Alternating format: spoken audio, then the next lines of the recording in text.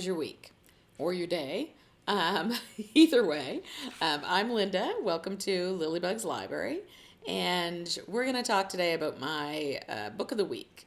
So it is a 5-star book of the week, but it's actually 4.5 stars rounded up to 5. So it's Love Theoretically by Hazelwood. And if you hear some purring, it's Dudley is sitting next to me, so he's all curled up with me. Since I started work, he's been a little unhappy with me because we aren't spending quite as much time together. So every moment he gets, he's by my side.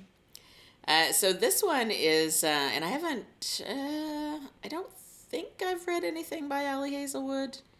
I confess there's certain authors I tend to get confused, but no, I'm sure this is my first Hazelwood.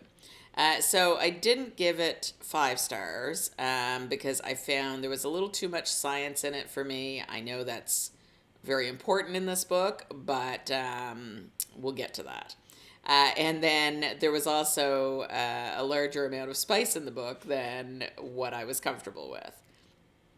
So I do understand and I agree with why the science was there because this is a STEM book, which is science, technology, engineering, and math. And I do love that it highlights Elsie, who is a female physicist. So we all know in the fields of all those things that they need more female representation. So I love the book for that. And I also love that it showed the character as a multi-dimensional female character and not some kind of a superhero caricature just because she was in the science field. So she had worries and flaws just like anyone else, and she was very relatable. So she is, like I said, she's a physicist, but she is an adjunct, which for anyone who's in education, and from what I've read, it means that you're a professor, but you're really on the low end of that. You don't have tenure anywhere.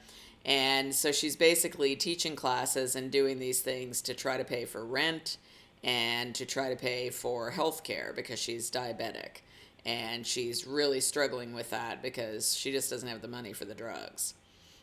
Something that we're very fortunate in Canada that that's not generally a concern that we have, but I know in lots of other countries they do.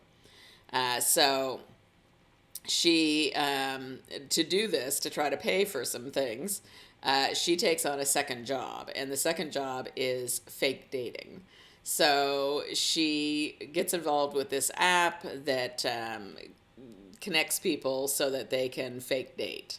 If you need, someone to join you as a +1 at a wedding or, whatever, the Thanksgiving dinner at your parents', doesn't matter. So kind of an interesting concept. So she ends up meeting this guy. He hires her to fake date. And so that's fine. She goes to his house for a couple of different parties that they're holding. And, they wouldn't get off his back about not dating. So he felt this was a good way out of that. Well, she ends up meeting his older brother, who is very sullen and kind of gruff, and she's not really sure what his problem is. And then when it turns out she is trying to get a dream job, they run into each other again. So it was really good. It was, she is very much a people pleaser in the book, and I think as a younger person, that's certainly something I could relate to. I'm, not so bad now, but, kind of like, oh, so and so tells me they enjoy camping. Oh, yeah, me too. Or, whatever it happened to be, right? So ultimately, it makes you miserable, and you end up not knowing who you are. And that's kind of what this character was, starting to figure out. So it's enemies to lovers romance with lots of spice, but it does have a sweet, satisfying ending. And there's lots of character growth for both of the main characters, Elsie and Jack. And anyone, who's ever had a problem with people pleasing, this is a great book for them. It really kind of showcases that and then the difference of having an honest relationship with someone. So she also has, and I can't remember for the life of me her roommate's name, but her roommate in the book is, I think, one of the best characters in the book. She was amazing. She was just quirky and funny, and there's one part where, Elsie's talking to her and they get in not even an argument, but um, just things kind of brew a little, and the roommate starts throwing cheese at her. It's like she's just an excellent character. She's one of these ones that should have her own book.